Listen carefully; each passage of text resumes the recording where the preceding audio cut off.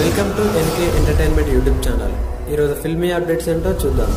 NTR biopic రెండవ భాగం ఎన్టీఆర్ మహానాయకుడు మొన్న శుక్రవారం రోజు ప్రేక్షకుల ముందుకు వచ్చింది. అందరూ అంచనా వేసినట్టుగానే ఈ సినిమాకు ఆడియన్స్ రెస్పాన్స్ చాలా వీక్ గా ఉంది. కాగా ఈ సినిమా టాక్ బాగానే ఉన్న వసూళ్ల పరంగా అంతగా దక్కించుకోలేకపోతుంది. ఇక మహానాయకుడు సినిమాలో బాలయ్య తన తండ్రి పాత్రలో తన నటనతో అందరినీ మెప్పించాడు. ఇక ఈ మూవీ కలెక్షన్స్ చూసుకున్నట్టయితే మొదటి రోజు 2 తెలుగు రాష్ట్రాల్లో 1.57 కోట్ల షేర్ తోనే సరిపెట్టుకుంది. బాలయ్య కెరీర్ లో ఇది అత్యంత తక్కువ ఓపెనింగ్ సాధించిన సినిమా అయ్యింది. టాలీవుడ్ సీనియర్ స్టార్లలో ఒకరైన బాలయ్యకు సాలిడ్ ఫ్యాన్స్ బేస్ ఉంది. అయినా ఈ రేంజ్ కలెక్షన్స్ వచ్చాయి. ఇక ఈ సినిమా 2 రోజుల కలెక్షన్స్ చూసుకున్నట్టయితే 2.46 కోట్ల షేర్ ను రాబట్టింది. ఇప్పుడు ఈ కలెక్షన్స్ ట్రెండ్ చూస్తుంటే మొదటి భాగం వల్ల నష్టపోయిన బయ్యర్లకు నష్టపరిహారం నామమాత్రంగా అయినా దక్కేలా లేదు. ఈ సినిమాకు అడ్వాన్స్ బుకింగ్ జరిగినా కూడా ఆశాజనకంగా లేవు.